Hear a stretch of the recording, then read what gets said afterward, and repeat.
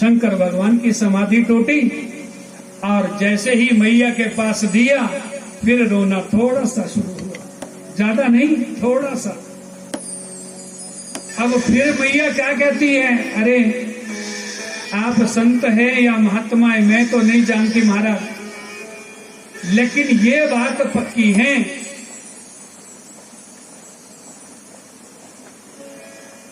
कि तू नजर लगाने वाला जरूर है, मेरे लाला को तने नजर लगा, ये बात तो पक्की हो गई। क्या बोलते हैं आपके जब किसी को नजर लगती है, बोलो क्या बोलते हैं? लाठ होला है, क्या बोलते हैं? यही बोलते हो गए, डागुरला बोला। हाँ देखो, बोले ये बात निश्चित हो गई, जे तू डागुरा बोलो, मेरा बच्चा नहीं रो रहा था अभी तक, तो जब तुम्हारे पास था तब सही, और मेरे पास आया तो फिर रो रहा है। तो शंकर भगवान क्या कहते हैं कि अब तो मेरा काम पक्का ही होगा। बोले मैया तुम इसका रोना बंद देखना चाहती हो? बोले बिल्कुल। बोले परमानेंट? बोले हमेशा के लिए। अच्छा तो मैया आपने एक काम करना। क्या काम? कि बोले जब तू स्नान कराएगी ना इस बालक का सुबह, तो ये पत्थर के रूप में, पिंडी के रूप में जो कोने में एक भगवान ने उसी वक्त शिवलिंग पैदा कर दिया।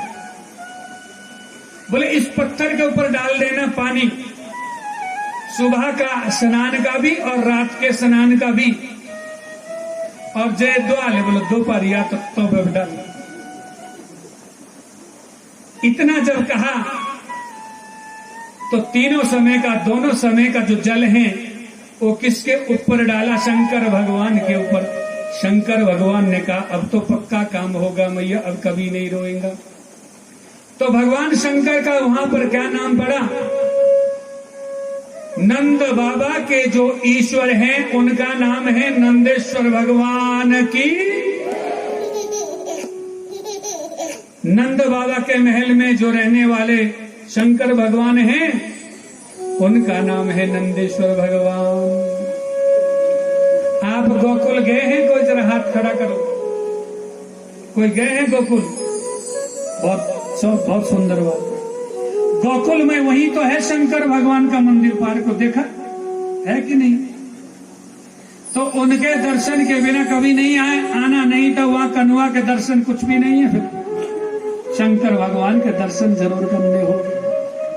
तो मैया क्या कह रही हैं शंकर भगवान को कि रहे रे योगी नंद भवन में, ब्रज में वास कीजो, जब जब मेरो लाला रोबे, तब तब दर्शन दीजो, तब तब दर्शन दीजो।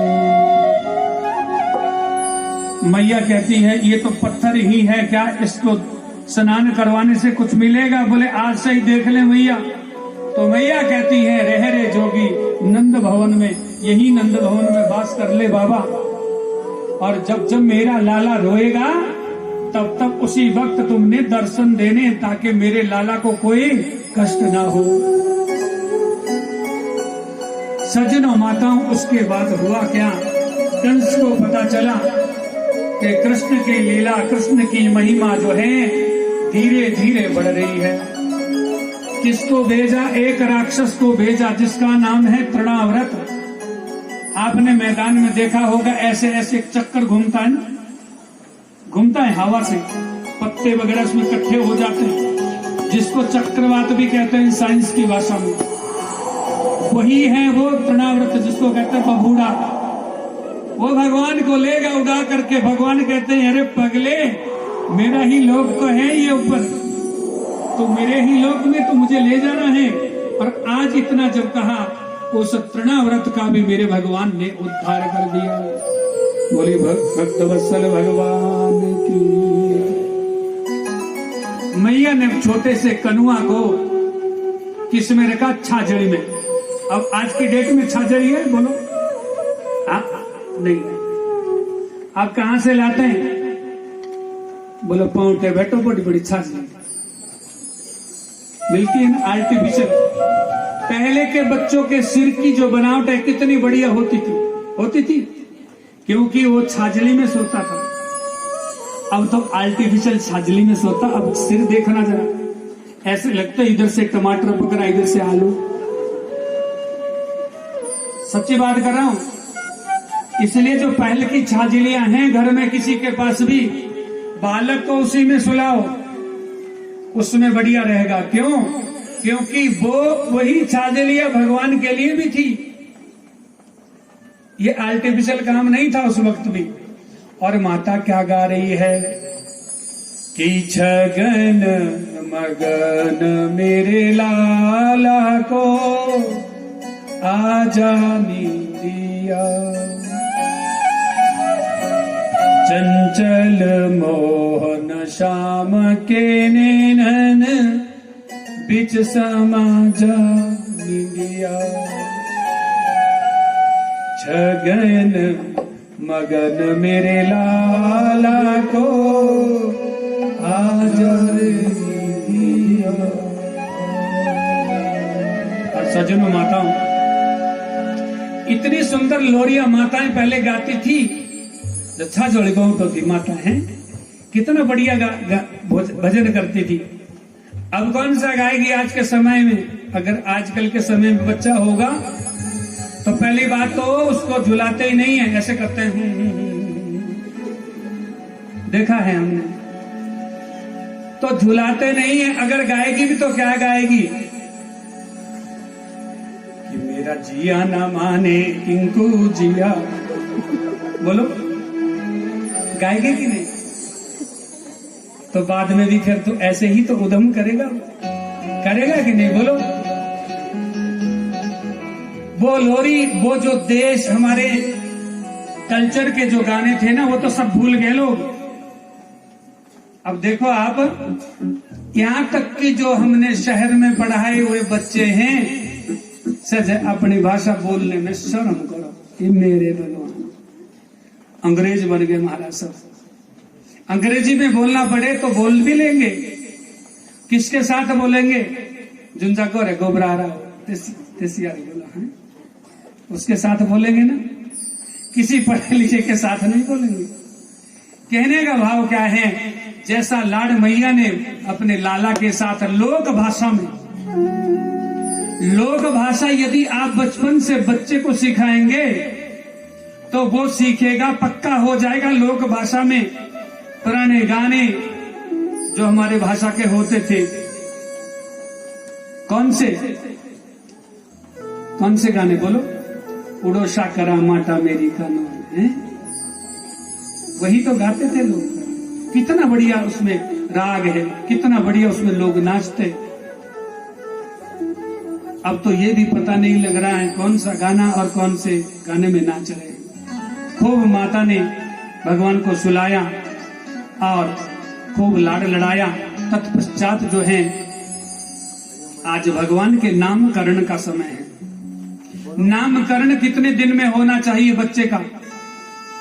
बोले 10वें दिन हवन होना चाहिए 10 उठन का, 11वें दिन नामकरण होना चाहिए। प्रेम से बोलो। तो नाम कैसा रखना चाहिए? डॉली लड़की का नाम, और लड़के का नाम क्या रखेंगे? पता भी नहीं लगता क्या रखेंगे, बोलो। लेकिन शंकर भगवान के कितने नाम है? 1000। कृष्ण के कितने? 1000। राम के नाम कितने? 1000। एक भी रखोगे, राघव, माधव, केशव, कृष्ण, कुछ भी रखोगे तो नाम में इतनी शक्ति है। उस नाम ने अजामिल जैसे पापी को तार दिया। नारायण रखा था अपने बेटे का नाम, बोलो, रखा था कि नहीं? उस अजामिल दुष्ट जैसे को तार दिया एक नाम ने केवल, कि नाम एक तापसती तारी, नाम कोटि कुमति सुधारी। करोड़ों करोड़ों पाप जल जाते हैं जैसे ही नाम लेते हैं भगवान का, कि नाम हरि का जप ले बंदे, फिर पाछे पछताएगा, फिर पाछे पछताएगा। और वो नाम कैसे होगा, किसका हम ज्यादा नाम लेते अपने बेटे का, तो बेटे का नाम यदि रिंकू, टिंकू, पिंकू इत्यादि रखेंगे तो कल्याण नहीं होने का। क्या नाम रखना पड़ेगा? जैसे ही जो है यदुवंशियों के जो गुरुजी थे, कौन? गर्गाचार्य जी। मैं तो हर भागवत में ब्राह्मणों से भी कहता हूं, जब आपके घर में, यजमान के घर में कोई बालक बालिका जन्मे तो पंडित जी से नाम पूछ लीजिए, और नहीं तो आजकल तो इंटरनेट का जमाना है। अगर लड़की जन्मी तो दुर्गा के 1000 नाम खोजो, सरस्वती के 1000 नाम खोजो, पार्वती के 1000 नाम खोजो, भाई कोई तो नाम आपको सुहाएगा सुहाएगा। जब आप रोज उसको बोलेंगे तो कल्याण होगा। रखेगा कौन? नामकरण के लिए भी ब्राह्मण को और कन्या को बुला दीजिए। एक कन्या 9 साल से छोटी हो जो, 9 साल से कम की कन्या को, और एक ब्राह्मण को बुला दीजिए। 10वें दिन हवन तो हो गया, शुद्धि तो हो जाती है 9-10 दिन में। उसके बाद ब्राह्मण देवताओं को बुला करके उनको जिमा करके नामकरण करने के पश्चात ऐसा हम सबको जरूर करना चाहिए। प्रेम से बोलो। तो अब गर्गाचार्य जी जो है रास्ते में मिले नंद बाबा को, बोले गुरुजी आजकल दिखे नहीं, कहाँ थे? बोले कहाँ जाऊंगा, कहीं पर किसी का नामकरण, कहीं पर किसी का विवाह, कहीं पर किसी का कुछ, तो कहीं पर किसी का कुछ। बोले याद आया मुझे भी, मेरे पास भी 2 बालकों का जन्म हुआ, अभी तक नामकरण नहीं हुआ। गर्गाचार्य जी ने क्या कहा?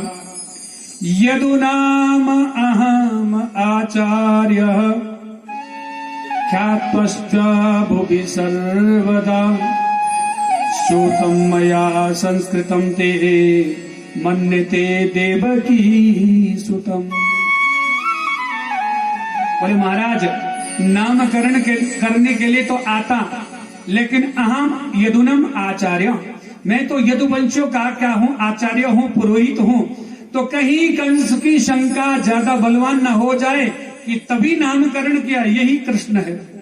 मन में विचार क्या किया कि ऐसा मुझे नहीं करना चाहिए। भगवान ने कहा गर्गाचार्य, जन्म जन्मांतर से तुमने मांगा था मुझसे क्या? कि मैंने आपका कुल विप्र बनना है, कुल पुरोहित बनना है, और मैंने आपका नामकरण करना है। और जब मेरे पिताजी सीधे साधे भोले भाले आपको पूछ रहे हैं, तो आप जो है उनको क्या कर रहे हैं? चक्कर में डाल रहे हैं। ठीक है, मत कीजिए, मैं किसी और को बुलाता हूँ। गर्गाचार्य जी कहते नहीं नहीं नहीं, ये समय नहीं, मैं छोड़ना चाहता। तो बोले मेरे पिताजी को हाँ करो। अब हाँ किया। कैसा हाँ किया? मैं आऊंगा और दोनों बालकों को का नामकरण करके आऊंगा। रोहिणी मैया की जो गोद में बालक हैं वो यशोदा मैया जी को दे दिया। यशोदा मैया जी के गोद में जो बालक हैं वो किसको दे दिया? रोहिणी और यशोदा मैया ने दोनों की अदला बदली कर दी अपने बालकों की। क्यों की है? कि यदि तो अच्छा ज्योतिषी हुआ, कौन? गर्गाचार्य जी यदि अच्छे ज्योतिषी होंगे तो क्या करेंगे हम दोनों? जितना हमारे पास सोना पहना है, जितना गर्गाचार्य जी मांगना चाहेंगे धन ऐश्वर्य हम देंगे, और यदि झूठा हुआ तो नहीं देंगी। तो अब जैसे ही गर्गाचार्य जी ने नामकरण करने को तैयार हुए, नामकरण करना चाह रहे हैं, अब कह रहे हैं अयम ही रोहिणी पुत्रो रमणीयन सौहृदौ गुणी ख्यास्यते राम इति बलाधिक्यम बलम विदु। ये कौन है? ये कवि राम थे, अब बलराम हैं। इनमें बल अत्यधिकता है, इनमें बल की, इसलिए इनका नाम होगा बलराम। और इतना कह करके संतुष्ट नहीं हुए। रोहिणी मैया ने जो गोद में बालक लिया था उनको भी कह दिया कि आसान वर्णाश्रयो हस्य गृहीतो अनुइगं तनु शुक्लो रक्तस्तथा पीत इदानीं कृष्णतां गतः। पहले ये शुक्ल वर्ण माने सफेद रंग का था मैया, और अब रक्त वर्ण का भी हुआ है, फिर पीले रंग का भी हुआ है, और इस वक्त तो ये कृष्ण रंग माने काले रंग का है। और काले रंग का नहीं मैया, इस धोखे में मत रहना, ये जग का उजाला भी है। दोनों मैया ने अपनी अपनी हीरे की अंगूठियां निकाल करके गर्गाचार्य जी को दे दी और कहा यही सच्चे ज्योतिषी हैं। और इतना धन दिया कि उनको खुशी खुशी घर विदा किया और कहा आप सच्चे ज्योतिषी हो। बोली भक्त वत्सल भगवान की। ब्राह्मणों को दक्षिणा क्यों दी जाती है? किसी भी कर्म में, किसी भी अनुष्ठान में इसलिए दी जाती है सज्जनों माताओं कि भगवान ने 24 अवतार जब लिए, उसमें से 7वां अवतार है यज्ञ पुरुष का। इसका है यज्ञ पुरुष का। यज्ञ पुरुष की धर्म पत्नी का नाम है दक्षिणा। यज्ञ तब पूरा माना जाता है जब दक्षिणा भी दी जाती है, और यज्ञ तब भी पूरा होता है जब पति पत्नी स्वाहाकार करती हैं, स्वाहाकार करते हैं, स्वाहा स्वाहा हवन में, और पूजा साथ करते हैं दोनों पति पत्नी, तब भी यज्ञ पूरा होता है। राम जी को आपने मानस में सुना होगा क्या? जब सीता मैया तो नहीं थी तो किसकी सीता बनाई थी? बोलो आप। सोने की, कुशा की, किसी न किसी चीज को तो बनी थी। क्यों? क्योंकि पत्नी के बिना जो है कर्म अपूर्ण माना जाता है। प्रेम से बोलो। और यज्ञ में भी दक्षिणा के बिना यज्ञ जो है अपूर्ण माना जाता है। जिस भगवान के इशारों पर दुनिया नाचती है और जिसके एक हुंकार से त्रिलोकी कंपेमान होती है, वही ईश्वर, वही साक्षात नारायण, वही श्री हरि, वही श्री कृष्ण, उनको यशोदा मैया कान से पकड़ती है, छड़ी दिखाती है, भयभीत होते हैं कृष्ण भगवान। कि शेष महेश दिनेश सुरेश जाके निरंतर ध्यावे,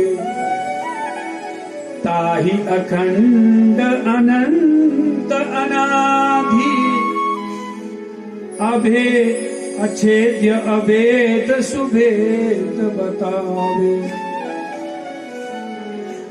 शुक्र है नारद से शुक व्यास रहे, पछिहारी मुनि कऊ पार न पावे, ताई अहीर की छोहरिया छचिया भर छाछ पे नाच नचावे।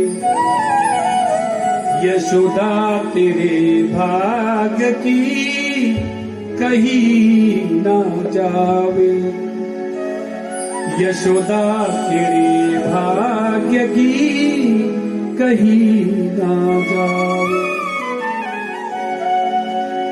यशोदा किसको कहते हैं? जो यश दे। यशम ददाती इति यशोदा। यश का अर्थ होता है यहाँ पर कीर्ति, और कीर्ति का मतलब होता है यहाँ पर यश, जो एक दूसरे के पूरक हैं। यश माने कीर्ति, कीर्ति माने यश। तो यशोदा किसकी मैया है? श्री कृष्ण भगवान की। और कीर्ति किसकी मैया है? वृषभान दुलारी श्री राधा रानी की। तो एक दूसरे के पूरक नहीं तो और क्या है कि नहीं? और अब तो महाराज संदेश फैल गया पूरे ब्रजमंडल में और सखी आपस में क्या करती हैं? बोले एक कहती है मुझे स्वप्न में भगवान मिल रहे हैं। कैसे मिले? कि श्रोणु सखी, किसमें मिले? स्वप्न में। कौन? मिल गए नंद किशोर, सपने में सखी मिल गयो नंद किशोर। और कहती, एक सखी कहती है कि श्रोणु सखी का तुहकम नंदनी के तंग गणी मया दृष्टम गौधूलिधू सरितांग नृत्यति वेदांत सिद्धांत। एक सखी दूसरे सखी से क्या कह रही है कि गौ धूलि की बेला में जब कृष्ण भगवान गाय चरा करके वापस आते हैं तो उनके गाय के खुरों से उड़ी हुई धूल नीला नीला अंबर और श्याम वर्ण श्री कृष्ण भगवान, और उस गौधूलि बेला में सूर्य की ललिमा भी जो है क्या थोड़ी धूमिल होती है, और ऐसे गाय के खुरों से जब धूल उड़ करके श्री कृष्ण भगवान के मुखमंडल को चुंबन करती है तो भगवान के रूप और सौंदर्य लावण्य की गरिमा को कौन जान सकता? इतनी सुंदर है। एक सखी दूसरी सखी से कह रही है, और क्या कह रही है? सखी दर्शन करने के लिए तो जाना था, लेकिन जाए कैसे? बोले जाएंगे ना, धैर्य रखो। बोले जाएंगे कैसे? बोले कुछ बहाना उलाहना तो देना पड़ेगा ना। बोले किसके पास बनाइए उलाहना बहाना? बोले अपने सासुओं के पास। प्रेम से बोलो। और बहुओं ने सोचा अब दर्शन कैसे करें, अब मन में विचार किया और कुछ गाया। क्या गाया? कि देखे बिना काना जब मन नहीं माना, इन आंखों ने तब ब्रह्म पहचाना। कि कृष्ण पद कमलों में मन को लगाना, इन गोपियों का ताना ये बहाना, बहाना नहीं एक उलाहना है।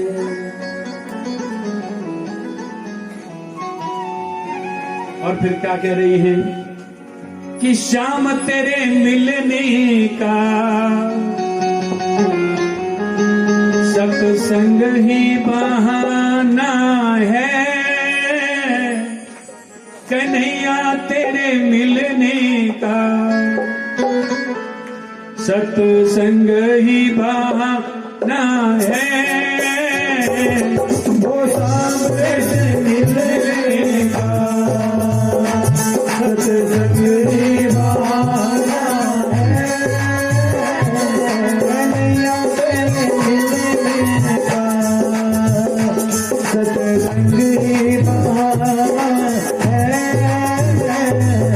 सामने से मिलने का सत्संग ही बहाना है।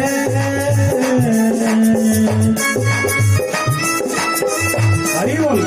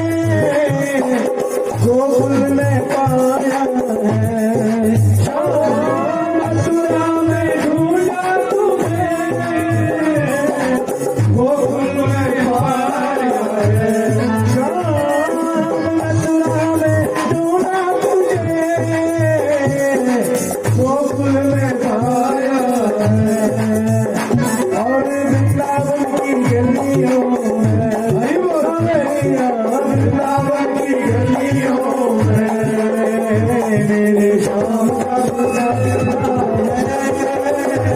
वो शाम से मिलने का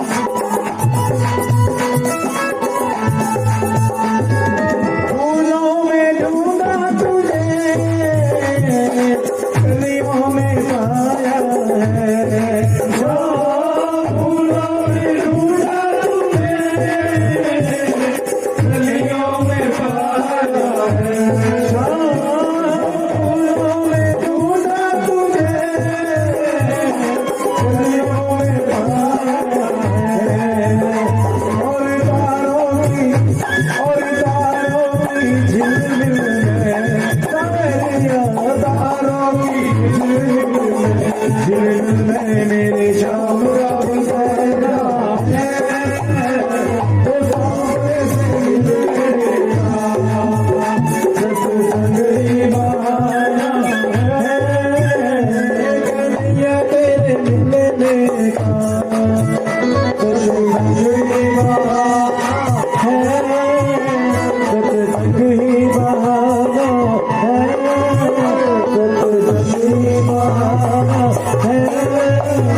सत्संग ही बहाना है। अब गोपियों के एक टुकड़ी दूसरी टुकड़ी से मिल रही है और अब गजब के उल्हाने आपस में बहाने बना रही है। कौन कौन से सजा सजा करके झूठ भी ऐसा बोला कि जो सज जावे। प्रेम से बोलो। कुछ लोग झूठ बोलते ना, कितना झूठ बोलते सजा सजा करके, और अगला व्यक्ति बिल्कुल समझ जाता है बिल्कुल सच्चा है। ऐसे ही गोपियों ने भी गोष्ठी की है, सजा सजा करके। क्या एक दूसरे से कह रही है, बोलो मैं तो यह कहूंगी अपनी सासू से कि शिव के मंदिर में पूजा करने के लिए जा रही थी और हाथ में मेरे जो है थाल था पूजा का, उसने आया थोड़ा धक्का दिया, थाल छूट गया, शिव की पूजा अधूरी हो गई। किसको बोलना पड़ेगा? सासू माँ को। तो सासू माँ क्या कहेगी, तुमने पकड़ा क्यों नहीं? कौन उद्यमी था? कौन उद्यम करने वाला था? तो मैं कहूंगी अरे कोई और थोड़ी, वो नंद का छोड़, नंद का छोड़ कौन है? वो कन्वा, वो कृष्ण। अच्छा तो तुमने कैसे छोड़ा? तुम में शक्ति तो थी। बोले क्या करूं, मैंने तो इसलिए छोड़ा कि सासू जी को भेजूंगी, ठगड़ी सियानी है, कुछ अच्छे से समझा करके आए।